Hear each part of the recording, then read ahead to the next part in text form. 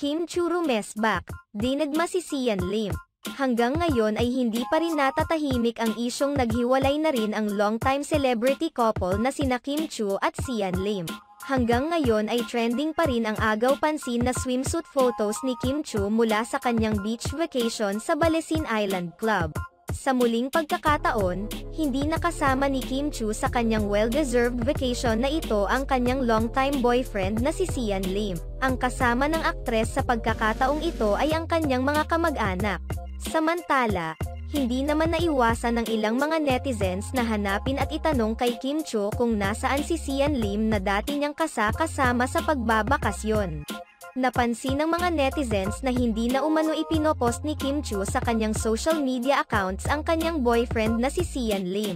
Base sa Instagram posts ni Kim Chiu sa kanyang Instagram account ay noong July 30, 2023 pa nang huling nag-flex si Kim Chiu ng mga larawan nila ng kanyang boyfriend na si Sian Lim. Ibinahagi noon ni Kim Chiu sa kanyang social media accounts ang naging moment nila ng kanyang boyfriend sa bakasyon nila sa Hong Kong. Makikita pang panay ang kulitan nilang dalawa at napaka-sweet pa nila sa isa't isa noon. July 16 naman nang naunang ibahagi ni Kim Chiu ang masayang pagbabakasyon nila sa Hong Kong.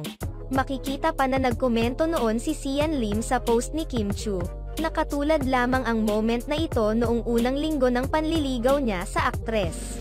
Hala, parang first week nung nililigawan pa kita. Subalit, tila nag-iba na umano ang ihip ng hangin ngayon dahil napansin ng mga netizens na tila wala nang pakialamanan ngayon sina Kim Chiu at Sian Lim sa isa't isa. Marami rin ang nakapansin na hindi man lang kinogratulate ni Sian Lim si Kim Chiu sa matagumpay nitong digital series na Linlang. Sa kabila nito, marami pa rin sa mga fans ni Kim Chiu at Sian Lim ang naniniwalang maayos pa rin ang relasyon ng dalawa at naglalaylo lamang ang mga ito dahil sa kani-kanilang mga projects. Marami rin sa mga fans ng aktres ang nagsasabing huwag nang bigyan pa ng mali siya ang mag-isang pagbabakasayo ni Kim Chiu kasama ng kanyang pamilya. Sa kabilang banda, muling magtatambal sina Kim Chiu at Paolo Avellino na unang nagkatambal sa hit digital series na Linlang. Sa pagkakataong ito, pagbibidahan ni Kim Chiu at Paolo Avellino ang Philippine adaptation ng hit South Korean rom-com na What's Wrong with Secretary Kim. Ang adaptation na ito ay collaboration ng Viu Philippines at ng ABS-CBN na ipo-produce naman ng Dreamscape Entertainment.